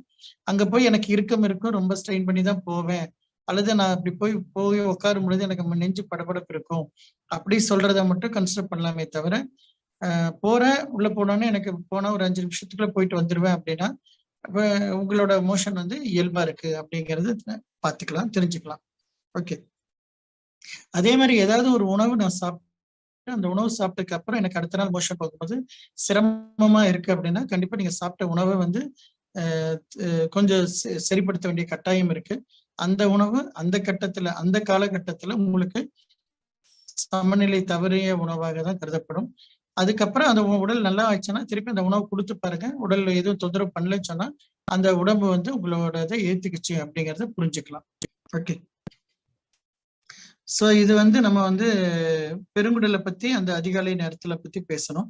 அதற்கப்புறம் வரும் பொழுது நிலம் சம்பந்தப்பட்டதாக வரும். பெருங்குடல்ல இருந்து நமக்கு சக்தி நிலை வந்து யாருக்கு மாற்றப்படும்னா இரைப்பைக்கு மாற்றப்படும். இரைப்பையோட டைம் வந்து காலையில 7 to 9. இரைப்பையோட டைம்ல வந்து உங்களுடைய உணவை எடுத்துக்கணும் அப்படிங்கிறனால தான் பொதுவா எல்லாரும் சொல்றது வந்து காலை உணவை தவிர்க்க வேண்டாம் அப்படின்னு சொல்றது இந்த ஃபார்முலானால வந்து ஒரு மாற்று தான். இதுல வந்து ஒரு விஷயம் திருப்பி தெளிவா சொல்றேன். காலை உணவு தவிர்க்கப்படக்கூடாது என்பது இயல்பு தான், கரெக்டு தான். ஆனா நேத்த உணவே நீங்க சும்மா வெட்டிட்டு வந்துட்டீங்க அப்படின்னா திருப்பி காலை உணவுக்கு போக வேண்டாம். ஓகே, உங்களுக்கே தெரியும், நேற்று வந்து ஒரு கல்யாணத்துக்கு போயிருந்தோம். அந்த கல்யாணத்துல போய் 20 வெரைட்டி இருந்தது, 20 வெரைட்டி அள்ளி சாப்பிட்டுட்டு வந்துட்டேன் நான் அப்படின்னா, இப்ப வந்து நீங்க திருப்பி இந்த ஃபார்முலா சார் காலை உணவு தவிர்க்க கூடாதுன்னு சொன்னாங்கல்ல, அதுக்காக நான் சாப்பிட போறேன் அப்படின்ட்டு உடனே ஓடிட வேண்டாம். இப்ப வந்து நீங்க உங்களுக்கே தெரியும் அந்த உணவு அதிகம் சொல்றதுனால அந்த அதிக உணவு தீர்வது வரைக்கும், இறைப்பை காலியாகிற வரைக்கும் உணவை தவிர்த்துருங்க, நல்லது. அப்ப என்ன பண்ணலாம், அன்னைக்கு வந்து மார்னிங் ஃபுட்டை கட் பண்ணிடுங்க. மார்னிங் ஃபுட்டை கட் பண்ணிட்டா என்ன ஆகும், உங்களுக்கு ஒன்றும் பண்ணாது. உடல்ல அந்த ஏற்கனவே இருக்கிற உணவை ஜீரணம் பண்ணி முடிக்கும். அப்புறம் மதியான உணவுக்கு போயிடுங்க. எப்போ வந்து உணவுல தவறு பண்ணுவது நம்ம எல்லாத்துக்கும் தெரிஞ்சுதான் பண்றோமே தவிர தெரியாமல் செய்வது கிடையாது. ஆனா என்ன பண்றோம், நேரத்துக்கு சாப்பிடணுங்கிற ஒரு எண்ணத்தினால நம்ம என்ன பண்றோம், உடனடியாக திருப்பியும் உணவை திணிக்க பாக்குறோம். அதனால அந்த திரிப்பை மட்டும் கட் பண்ணிடுங்க. முடிஞ்ச அளவுக்கு உணவு வந்து ஸ்கிப் பண்ணி பழகுங்க, ரொம்ப நல்லா இருக்கும். பேஷண்டா இருக்கிறவங்க ரொம்ப ரொம்ப நல்லது. 3 வேளை சாப்பிட்டே ஆகணும் அப்படிங்கிற ஒரு கோட்பாடு வச்சுக்க வேண்டாம். இயல்பா உங்களுக்கு பசிக்குது, நல்லா பசிக்குதா, நல்லா சாப்பிடுங்க. திருப்பியும் சொல்றேன், நல்லா சாப்பிடுங்க. நல்லா சாப்பிடுதல் என்பது வேறு, சாப்பிடுதல் என்பது வேறு. நான் சொல்றது நல்லா சாப்பிடுதல் சொல்றேன். சோ நம்ம பசிக்குதா, நல்லா சாப்பிடுங்க, தப்பு இல்லை. ஆனா பசி இல்லையா, பெட்டர் அவாய்ட் பண்ணிடுங்க, ஒன்றும் தப்பு இல்லை. இது குழந்தைகளுக்கு ரொம்ப செய்யக்கூடிய முறைகள். அது இளம் தாய்மார்கள் இருக்கிறாங்க அப்படின்னா குழந்தைக்கு அந்த நேரத்துக்கு போட்டு திணிப்பது வேண்டவே வேண்டாம். அதுதான் குழந்தையோட சளிக்கு பேஸ். அதனால நீங்க சாப்பாடை ஊட்டி அந்த குழந்தையை குடும்பப்படுத்துறதை விட சாப்பிடாமல் இருப்பது மிக நன்மை. இது பாத்தீங்கன்னா நீங்க குழந்தைகள்ல ஒரு சில குழந்தைகள் வந்து சூழ்நிலையினால, வறுமையினால அவங்களால சாப்பாடே இல்லாம இருக்கும். அந்த குழந்தைகளோட ஆரோக்கியம் வேற மாதிரி இருக்கும். இங்க வீட்டுல உட்கார வச்சு சாப்பிட்ற குழந்தைகளோட ஆரோக்கியம் வேற மாதிரி இருக்கும். அப்ப சாப்பாடு அதிகமா கொடுத்ததான் நம்ம குழந்தைகளை நோயாளி ஆக்குறமே தவிர சாப்பாடு இல்லாமல் நோயாளி ஆக்குவது குறைவுதான். அதனால காலையில நேரத்துல அந்த 7 to 9 அப்படிங்கிற நேரத்துல வரக்கூடிய வயிற்று வலி, அல்சர், அந்த மாதிரி கம்ப்ளைண்ட் எல்லாம் சொல்றது வந்து வயிறு பாதிப்புனால, அதாவது ஸ்டொமக் பாதிப்புனால நடக்கிறதுன்னு எடுத்துக்கலாம். அதற்கு அடுத்தது வந்து நம்மளுடைய நிலம் சார்ந்த அடுத்த உறுப்பு ஸ்பிளீனோட இயக்கம். அந்த ஸ்பிளீன் வந்து 9 to 11 நடக்கிறது. இந்த 9 to 11 உடல்ல யாருக்கெல்லாம் சோர்வு அதிகமா இருக்குன்னு சொல்றாங்களோ அவங்க எல்லாருமே பொதுவா வந்து நம்மளுடைய ஹீமோகுளோபினோட கவுண்ட் கொஞ்சம் கம்மியா இருப்பதற்கான வாய்ப்பு அதிகமாக இருக்குது. பயந்துக்க வேண்டாம், அதிகமாக இருக்குங்கிற ஒரு விஷயத்தை மட்டும் புரிஞ்சுக்கோங்க. அப்ப வந்து இந்த அனிமிக்கா இருக்கிறவங்க அப்படிங்கிறவங்க எல்லாம் பாத்தீங்கன்னா இந்த டைம்ல கொஞ்சம் தூக்கம் அதிகமா வரும்பாங்க. ஏன் தூக்கம் வரணும் அப்படின்னா, உடல் தன்னை செம்மைப்படுத்துவதற்காக உங்கள்கிட்ட ஓய்வு கேட்குது. நீங்க வேலை செஞ்சீங்கன்னா என்னால வேலை செய்ய முடியாது, பெட்டர் கொஞ்ச நேரம் நீங்க ரெஸ்ட் எடுங்க, நான் வேலையை பண்ணிக்கிறேன் அப்படின்னு சொல்லும். அப்ப நீங்க பாத்தீங்கன்னா அந்த டைம்ல கொஞ்சம் கண்ணை சேர்ந்து ஒரு 1/2 மணி நேரம் 1 மணி நேரம் தூங்கி எந்திரிச்சதுக்கு அப்புறம் பாத்தீங்கன்னா உங்க உடலோட இயக்கம் வந்து நல்லா இருக்கும். சொல்லுவீங்க படுத்து எஞ்சவரும் ஃப்ரெஷ்ஷா இருக்குது அப்படின்னு. அந்த ஃப்ரெஷ்னஸை கொடுத்தது யாருன்னா உங்களுடைய ஸ்பிளீன். ஸ்பிளீனோட ஒர்க்கு முடிச்சனால அந்த ஃப்ரெஷ்னஸ் கொடுக்குது. அப்ப அந்த மாதிரி இருக்கக்கூடிய நபர்கள் தன்னுடைய உடலை சரிப்படுத்திக்கணும்னா என்ன பண்ணலாம்னா, திருப்பி உங்களுக்கு எல்லாமே தெரியும், இனிப்பான பழங்கள் அதிகமா சேர்த்திக்கணும் அப்படின்ட்டு. அப்ப அவங்க என்ன பண்ணலாம், காலை உணவு வந்து முழுக்க முழுக்க பழங்களாவே எடுத்துக்கிட்டாங்க அப்படின்னா ரத்த உற்பத்தியும் அதிகம் நடக்கும், டயர்ட்னஸும் வெளியே போயிடும், உடலும் சீக்கிரம் வந்து தன்னோட ப்ராப்ளத்தை விட்டு வெளியே வந்து உங்களுக்கு காமிச்சிடும். ஓகே, அப்படி வரும்பொழுது அந்த மாதிரி நீங்க 1 மாதம் தொடர்ந்து எடுத்துட்டு ஹீமோகுளோபின் போய் செக் பண்ணீங்கன்னா கன்சிடபிளா 2 பாயிண்ட் உங்களுக்கு நல்ல ரைஸ் ஆயிருக்கும். அதாவது மனசுல கவலை இல்லாமல் இருப்பவர்களுக்கு மட்டும் அதை அண்டர்லைன் பண்ணிக்கோங்க. ஓகே, சோ அதற்கு அடுத்தது நிலம் சார்ந்தது முடிஞ்சதுக்கு அப்புறம் நெருப்போட தாக்கம் வரும். அது வந்து நெருப்பு வந்து இந்த 11 o'clock மண்ணீரல் முடிஞ்சதுக்கு அப்புறம் 11 o'clock வந்து இருதயமோட வேலைப்படும். 11 to 1 அப்படிங்கிறது வந்து இதயத்தோட டைம். மதியம் வரைக்கும், மதியம் ஒரு 1 o'clock வரைக்கும் இருக்கும். இப்ப நான் கிளாஸ் எடுத்துட்டு இருக்கிறதே வந்து நெருப்போட தன்மை முடிஞ்சு அடுத்த இடத்துக்கு போயிட்டு இருக்கிறோம், நெருப்போட பாட்டுல இருக்கிறோம். சோ இந்த டயத்துல வரக்கூடிய வியர்வை அதிகமா சுரக்கிறது அல்லது ஒரு மாதிரி நாக்கு வறண்டு போறது. ஏன் நாக்கு வறண்டு போகுது அப்படின்னா, நம்மளுடைய நெருப்புடைய வெளியுறுப்பு வந்து நாக்கு நம்ம ஏற்கனவே படிச்சிருக்கிறோம். அப்ப நாக்கு வறண்டு போகுது அப்படின்னா மட்டும்தான் இதயத்துல ஏதோ சீரமைப்பு நடக்குதுன்ட்டு எடுத்துக்கலாம். பாதிப்புன்னு எடுத்துக்க தேவையில்லை, இதயத்துல சீரமைப்பு நடக்குதுன்னு எடுத்துக்கலாம். அப்ப அந்த மாதிரி இருக்கக்கூடிய நபர்கள் தன்னுடைய பிரச்சனையை சொல்லும் பொழுது அவங்க வந்து கொஞ்சம் துவர்ப்பான உணவுகள், பர்டிகுலரா சுண்டைக்காய் வத்தல் அல்லது துவர்ப்பா இருக்கக்கூடிய சுக்குட்டி மணத்தக்காளி கீரை அல்லது வாழைப்பூ அல்ல வாழைத்தண்டு, இந்த மாதிரி உணவுகள்ல கொஞ்சம் அளவா எடுத்துட்டு வந்தா, திருப்பி அண்டர்லைன் பண்ணிக்கோங்க, அளவா எடுத்துட்டு வந்தாங்கன்னு சொன்னாங்கன்னா கண்டிப்பா வந்து இந்த 11 o'clock மேல நடக்கிற தொந்தரவுகள்ல இருந்து அவங்க வெளியே வர முடியும். அதுக்கப்புறம் அந்த 11 o'clock 1 o'clock முடிஞ்சதுக்கு அப்புறம் ஈவினிங் டைம் ஆரம்பிக்குது. 1 o'clock 3 o'clock இப்ப நடந்துட்டு இருக்கிற டைம் நமக்கு நம்மளுடைய சிறுகுடலுடைய வேலையை நடக்கிறது. சிறுகுடலும் இதயமும் ரொம்ப முக்கியமான உறுப்புகள் தான், எல்லாமே முக்கியம்தான். இதுல நெருப்பட பிரதானத்துல சிறுகுடல் ரொம்ப முக்கியமா தேவைப்படுது. நிறைய பெண்கள் சொல்லுவாங்க எங்களுக்கு அடி வயிற்றுல வலிக்குது அப்படின்னா அது முழுக்க முழுக்க இந்த சிறுகுடலோட அமைப்பு தான். சிறுகுடலோட பிரச்சனைனாலதான் அந்த வலி இருக்கு தவிர வேற எதுவும் கிடையாது. அப்போ பீரியட் டயத்துல எனக்கு சிறுகுடல் அதாவது லோயர் அப்டமன் தொப்புளுக்கு கீழே வலி இருக்குது அப்படின்னு சொல்லக்கூடிய பகுதி, தொப்புளுக்கு நேர் கீழே மையப்பகுதியில கொஞ்சம் தூரம் 2 பக்கமும் கொஞ்சம் தள்ளி இருக்கிற பகுதியில வலி இருக்கு அப்படின்னு சொன்னா அவங்களுடைய உடல்ல இருக்கக்கூடிய வெப்பத்தன்மை அதாவது நெருப்புட தன்மை கொஞ்சம் மாறுபட்டு இருக்கு அப்படிங்கிறது தெரிஞ்சுக்கலாம். அப்போ அவங்களுக்கு இந்த நெருப்பையும் நீரையும் சமன்படுத்தக்கூடிய புள்ளிகள் ஏதாவது ஒன்று தேர்ந்தெடுத்து கொடுக்கும் பொழுது அவங்களோட பிரச்சனைகள் நிரந்தரமாக தீர்வடையும். இதுல நிறைய நம்ம அன்பு தோழியர்கள் நிறைய பேர் இருக்கிறீங்க. அதனால ஒரு சின்ன விஷயம், நார்மலா இந்த பீரியட் டயத்துல நிறைய பேர் டிஃபால்ட்டா மென்டலா ஒரு ப்ரிப்பேர் பண்ணிக்கிறாங்க. அதாவது பீரியட் டயத்துல பெயின்ங்கிறது அப்படிங்கிற மாதிரி நீங்க ரெஜிஸ்டர் பண்றீங்க. தயவு செய்து அப்படி எடுத்துக்க வேணாம். பீரியட் அப்படிங்கிறது ரொம்ப இயல்பா நடக்கும். இப்ப எப்படி நீங்க எமோஷன் போயிட்டு வரும் பொழுது அதற்காக எந்த பெரிய சித்தமும் படுறதில்லை. இப்போ ஒரு அழுத்தம் தெரியுது, போயிட்டு வரீங்க, உடம்பு காலி ஆயிடுது. அது போலதான் பீரியட் டயத்துல ஒரு சின்ன அழுத்தம் தெரியணும், வெளியேற்றம் நடக்கணும், பீரியடு நார்மல் ஆயிடுமே தவிர ஒரு பெயின் எனக்கு ஒரு 2 நாட்கள் அந்த பெயின் இருக்கும், அதுக்கப்புறம் தான் பெயின் சரியாகும் அப்படிங்கிறது ஒரு இயல்பான பீரியடா நம்ம எடுத்துக்கொள்ள முடியாது. அப்ப நீங்க என்ன பண்றாங்க, நீங்க பட்ட அனுபவங்களை உங்க குழந்தைகளுக்கு சொல்லி கொடுக்குறீங்க.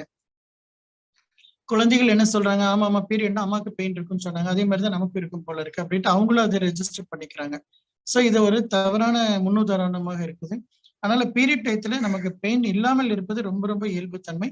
பெயின் இருக்கு சொன்னா இப்ப நான் சொல்லியிருக்கிறேன், உங்களுக்கு உங்களுடைய அடிவயிற்று பகுதியில கீழ்ப்பகுதியில பெயின் இருக்கு அப்படின்னா நெருப்பையும் நீரையும் சமன்படுத்துவதற்கான உணவு முறையும் அதற்குண்டான உணவுகளையும் நீங்க சேர்த்துட்டு வந்தீங்கன்னா டெஃபினட்டா உங்களுடைய அந்த பெயின்ங்கிற கண்டிஷன் வராது. வலி இல்லாததுதான் சுகமானது அப்படிங்கிறது நல்லா புரிஞ்சுக்கோங்க. அதுக்கப்புறம் நமக்கு வரும் பொழுது 1 to 3 இப்ப நம்ம சிறுகுடல் சொன்னோம். இந்த 3 மணி தாண்டினதுக்கு அப்புறம் அது என்ன பண்ணணும்னா நீர்மூலகத்துக்கு வரும். நீர்மூலகம் வரும் பொழுது சிறுநீர் பை யூரினரி பிளாடர் தான் அந்த டைம்ல ஆரம்பிக்கும் 3 to 5. இந்த ஈவினிங் 3 to 5 யூரினரி பிளாடர்ல ஏதாவது தொந்தரவுகள் இருக்குன்னா அது அந்த டைம்ல உங்களுக்கு தன்னை சரிப்படுத்துவதற்கான முயற்சி உடம்பு எடுத்துக்கும். ஒரு சிலர் சொல்லுவாங்க காலையில பொண்ணு ஸ்கூலுக்கு போனா அல்ல காலேஜுக்கு போனா ஈவினிங் வரும்போது ரொம்ப டயர்டா வந்தா அப்படின்னு சொல்லுவாங்க. ஈவினிங் வரும்பொழுது டயர்டா வராங்கன்னா அவங்களோட காலேஜோ ஸ்கூலோ இருந்தா அந்த 3 மணிக்கு மேல முடிஞ்சிடும். அப்ப 3 to 5 அல்லது 3 to 5 இந்த யூரினரி பிளாடரோட டைமா இருக்கிறதுனால அல்லது லேட் ஹவர்ஸ் கிளாஸ் முடிச்சுட்டு வரும்போது 5 to 7 இருக்கிற டைம் நீர் சம்பந்தப்பட்டது அப்படின்னால அந்த பெண்களுக்கு நீர் சக்தி ரொம்ப குறைவா இருக்கு அப்படிங்கிறது தெரிஞ்சுக்கலாம். அப்போ நம்ம ஒரு நபர்கிட்ட பேசும்போது நிறைய கேட்போம், என்ன டைம்ல உங்களுக்கு ப்ராப்ளம் இருக்கு, என்ன மாதிரி சோர்வா இருக்கிறீங்க அப்படியெல்லாம் நம்ம ஏன் கேட்கிறோம்னு சொன்னா அவங்களுடைய எந்த மூலகம் பாதிச்சிருக்குங்கிற தெரிஞ்சுக்குவதற்கு தான் இத்தனை கேள்விகள் நமக்கு வேண்டி வரும். இப்போ போன்ல ஒருத்தர் சிலர் கேட்கிறாங்க, சார் எனக்கு இது ப்ராப்ளம் அப்படின்னு பொழுது இத்தனை கேள்விகளும் கேட்டா மட்டும்தான் நம்மளால ஒரு அனுமானத்துக்கு வர முடியும். பல்ஸ் பார்க்கும் பொழுது இட்ஸ் என்டர்லி டிஃப்ரெண்ட். உங்களை ஜஸ்ட் பார்த்த உடனே உங்களுக்கு இதுதான் ப்ராப்ளம்ங்கிறது வித்தின் நோ டைம்ல ஜட்ஜ் பண்ண முடியும். பட் கேள்விகள் கேட்டு வரும் பொழுது கேள்விகளை நிறைய திருப்பி கேட்க வேண்டிய கட்டாயம் இருக்கு. நீங்க இன்னொருத்தருக்காக நீங்க எங்கள்கிட்ட கேள்வி கேட்டா கூட என்ன ப்ராப்ளம்னா அந்த நாங்க கேட்கிற கேள்விக்கு அந்த நபர் தான் பதில் சொல்ல முடியுமே தவிர நீங்க அவங்க இடத்துல நின்று சொல்ல முடியாது. அப்ப என்ன பண்ண முடியும், ஏதோ ஒரு காமனான ஒரு கன்க்ளூஷன், ஒரு காற்று சம்மந்தப்பட்டது நீர் சம்மந்தப்பட்டது அப்படிங்கிற ஒரு கன்க்ளூஷன்ல இது பண்ணுங்க அப்படின்னு சொல்லலாம். அதுல சரியாகிறவங்களும் இருக்கிறாங்க. சரி ஆகலன்னு சொன்னா அவங்களுடைய இன்னொரு சக்தி நிலையும் பாதிக்கப்பட்டிருக்கு அப்படிங்கிறத நம்ம தெரிஞ்சுக்கலாம். அதே மாதிரி ஓவர் ப்ளீட் ஆயிட்டு இருக்கு அப்படின்னா இது நிறைய பேர் இப்ப பர்டிகுலரா ஒரு 40 நியரிங் ஆகும்போது அது 45 நியரிங் ஆகும்போது நிறைய பெண்களுக்கு நடக்குது. இந்த ஓவர் ப்ளீட் அப்படிங்கும் பொழுது இதுல ரொம்ப சுலபமா நீங்க கரெக்ட் பண்ண முடியும். ரொம்ப பெருசா ஒரி பண்ண தேவையில்லை. அதாவது என்ன அங்க அவங்களோட ப்ராப்ளம் அப்படின்னா நீர்த்தன்மை ரொம்ப அதிகமாகி வெளியேற்றம் நடக்குது அப்படிங்கறத தெரிஞ்சுக்கலாம். அப்ப நீரை யாருனால கட்டுப்படுத்த முடியும், அதாவது கரெக்ட் பண்ண முடியும் அப்படின்னு நீங்க யோசிச்சீங்கன்னா எங்கேயாச்சும் ஒரு இடத்துல ஒரு பெரிய கெனால் இருக்குது, கண்வாய் இருக்குது, அந்த கண்வாயில தண்ணி உடைஞ்சு வெளியே வருதுன்னு சொன்னா நீங்க இயற்கையில் என்ன பண்ணுவீங்கன்னு பாருங்க. உடனடியாக அந்த இடத்துல கொண்டு போய் மணல் மூட்டையை அடுக்குவாங்க. மணல் மூட்டையை அடுக்கும் பொழுது அது கட்டுப்படுத்தப்படும். அப்ப அதே மாதிரி இந்த பெண்ணுக்கு நமக்கு என்னன்னா நீர்த்தன்மை அதிகமாகி அதிகமா ப்ளீட் ஆயிட்டு இருக்கிறாங்க அப்படிங்கிற கான்செப்ட் தான் இங்க புரியுது. ஸோ அந்த பெண்ணுடைய உடல்ல நீர் கூடிருச்சு. அப்ப நீர் கூடிருச்சுன்னா என்ன பண்ணலாம்? நீரை கட்டுப்படுத்தக்கூடிய நிலம்ங்கிற சக்தியை கொண்டு வந்து சேர்த்து விடணும்.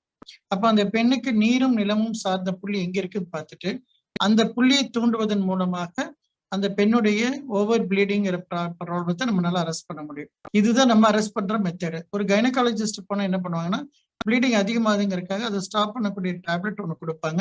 அது வந்து ஹார்மோனை கரெக்ட் பண்ணும், ஹார்மோனை மாடிஃபை பண்ணும், கரெக்ட் பண்ணுன்னு சொல்ல முடியாது, ஹார்மோனை மாடிஃபை பண்ணும். ஹார்மோனை மாடிஃபை பண்ணி உங்களோட பீரியட்ஸ் ஸ்டாப் பண்ண ட்ரை பண்ணும். அது அந்த மந்த்துக்கு உங்களுக்கு கரெக்டா இருக்கலாம், பட் திருப்பியும் உங்க பிரச்சனை அப்படியே தான் இருக்கும். ஏன்னா அந்த பெண்ணுடைய நிலத்தை நீங்க இணைக்க வேண்டிய வேலையை செய்யல அப்படிங்கிறது தெரிஞ்சுக்கலாம். அப்ப நீங்க வந்து ட்ரீட்மெண்ட் கொடுக்க போகும்பொழுது தாராளமாக அந்த பெண்ணுக்கு நிலமும் நீரும் இருக்கிற புள்ளி எங்க இருக்கு பார்த்துட்டு அந்த புள்ளியை தூண்டுவதன் மூலமாக அந்த பெண்ணுடைய பிரச்சனையை நிரந்தரமாக தீர்க்க முடியும் அப்படிங்கிறத தெரிவிச்சுக்கிறேன். ஸோ அதுக்கப்புறம் இந்த சிறுநீரகம் 5 to 7 முடிஞ்சதுக்கு அப்புறம் இது பர்டிகுலரா பெண் குழந்தைகள் வந்து இந்த பீரியட் டயத்துல பாத்தீங்கன்னா இது நல்ல டயர்ட் ஆயிட்டு வர்றதை வந்து இயல்பாவே பார்க்கலாம். ஏன் அந்த பர்டிகுலர் நாள்லன்னா ஏற்கனவே நீர் சக்தி வேலை செய்து இந்த பெண்ணுக்கு சக்தியும் குறைவா இருக்கிறதுனால உடல் 2 வேலைகளை ஒரே நேரத்துல செய்ய வேண்டி இருக்கிறதுனால கண்டிப்பா அந்த பெண் வந்து ஓய்வா தான் தெரியும், ஓய்வு நிறைய தேவைப்படும். இது தெரிந்தனாலதான் முன்னோர்கள் என்ன பண்ணாங்க, அந்த டயத்துல அவங்களை வேலை செய்ய விடாம ரெஸ்ட் எடுக்க சொன்னது இதனோட காரணம் தானே தவிர வேறு ஒன்றும் இல்லை. ஸோ 5 to 7 தாண்டினோன்னா மீண்டும் வந்து நெருப்போட ஆதிக்கம் அதிகமாயிடும், நெருப்போட தாக்கம் வரும். அந்த 5 to 7 முடிஞ்சோன்னா நம்மளுடைய உடல்ல வந்து பெரிகார்டியம்ங்கிற ஒரு உறுப்பு பத்தி நம்ம அதிகமா பேசல. இது அலோபதி சொல்லக்கூடிய பெரிகார்டியம் கிடையாது, அக்குபஞ்சரோட பெரிகார்டியம்ங்கிறது கொஞ்சம் வேற டாபிக்கா இருக்கிறதுனால பெரிகார்டியம்ங்கிறத மட்டும் நீங்க எடுத்துக்கோங்க. மேற்கொண்டு அதுல வந்து ஒன்றும் சிரமப்பட வேண்டாம். ஸோ 7 to 9 அப்படிங்கிற டைம்ல தான் வந்து நம்மளுடைய இயல்பான பெரிகார்டியத்தோட இயக்கம் அதிகமா இருக்கும். பொதுவாக இந்த நேரத்துல பாத்தீங்கன்னா இந்த குழந்தைகளுக்கு காய்ச்சல் வருவது வந்து பாத்தீங்கன்னா இந்த ஈவினிங் டைம்ல தான் காய்ச்சல் அதிகமாக தெரியும். பகல்ல எல்லாம் விளையாண்டுட்டு இருப்போம், அப்புறம் ஈவினிங் வந்தோன்னா காய்ச்சல் வந்துருச்சுங்கம்பாங்க. ஒண்ணுமே கிடையாது. இந்த பெரிகார்டியத்தை வந்து சமன்படுத்துவதற்கான புள்ளி எங்க இருக்கு பார்க்கலாம், அல்லது அதுக்கு முன்னாடி இருக்கிற புள்ளிகளையும் நம்ம இயக்க முடியும்.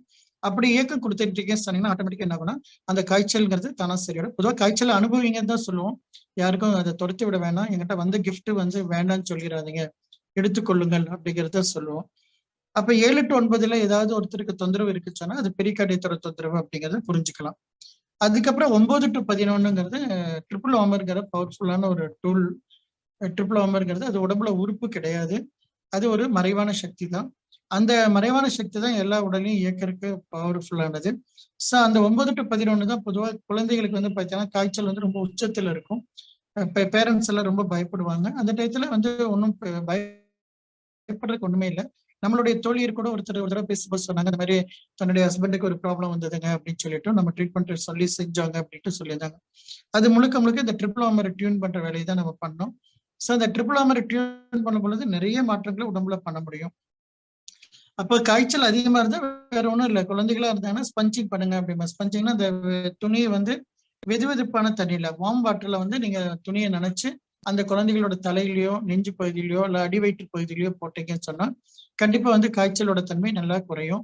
பெரியவங்களுக்குமே தாராளமா நீங்க பத்து போடுறது, இந்த நம்ம இவரு பத்து போட்டாரு வடிவேல் சார் வந்து நெத்தியில பத்து போட்ட மாதிரி நம்ம துணியில பத்து போட்டுட்டீங்க சொன்னா கண்டிப்பா வந்து இந்த ட்ரிபிள் வார்மரோட எனர்ஜி நல்லா கிடைக்கும், வெப்பமும் வந்து கட்டுப்படுத்தப்படும். வேற ஒன்றும் பயப்பட தேவையில்லை. குழந்தைகளுக்கு பொதுவாக நிறைய பேர் பெண் குழந்தைகள் குழந்தைகளை நிறைய பெண்கள் வச்சுட்டு இருக்கிறனால பொதுவா ஹாஸ்பிட்டல்லே நிறைய டாக்டர்ஸ் பிரிஸ்கிரைப் பண்ணுவாங்க, பீடியாட்ரிஷியன் சொல்லுவாங்க, குழந்தையோட ஆனஸ் பாயிண்ட் அதாவது மலம் வாய் வந்து வார்ம் வாட்டர்ல இருக்கிற மாதிரி உட்கார வச்சிருங்க அப்படிம்பாங்க. ஏன்னா அந்த வாய்ப்பகுதியில வந்து மலம் வாய்ப்பகுதியில வந்து உங்களுடைய ஆனஸ் பாயிண்ட்ல அந்த வார்ம் வாட்டர் பட்டாலே உடம்போட டெம்பரேச்சர் குறைஞ்சிரும். அததான் வந்து அவங்க சொல்லியிருக்கிறாங்க. இதை வந்து நம்ம பெரியவர்கள் வந்து அது பத்து போடுதலாக நெஞ்சு பகுதியில எந்த பகுதியில இருக்கோ அந்த பகுதியில வார்ம் வாட்டர்ல போடுறது, சில் வாட்டர்ல போட வேணாம். சில் வாட்டர் போடும் பொழுது என்னன்னா உடல்ல வெப்ப மாற்றம் வந்து ரொம்ப அதிகமா இருக்கும். ஏன்டா ஹை டெம்பரேச்சர் உள்ள இருக்குது, நீங்க சில் வாட்டர் போட்டா ரொம்ப லோ டெம்பரேச்சர், ஸோ குழந்தைங்க ரொம்ப அதிகமா கத்துவாங்க. அதனால என்ன பண்ணலாம்னா நீங்க காட்டன் கிளாத்ல உங்களோட உடம்புல அந்த குழந்தையோட உடம்புல என்ன வார்ம்னஸ் இருக்கோ அதை விட கொஞ்சம் டெம்பரேச்சர் கூட இருக்கிற மாதிரி அந்த குழந்தைகளுக்கு போட்டீங்கன்னா அந்த குழந்தைங்க வந்து கத்த மாட்டாங்க.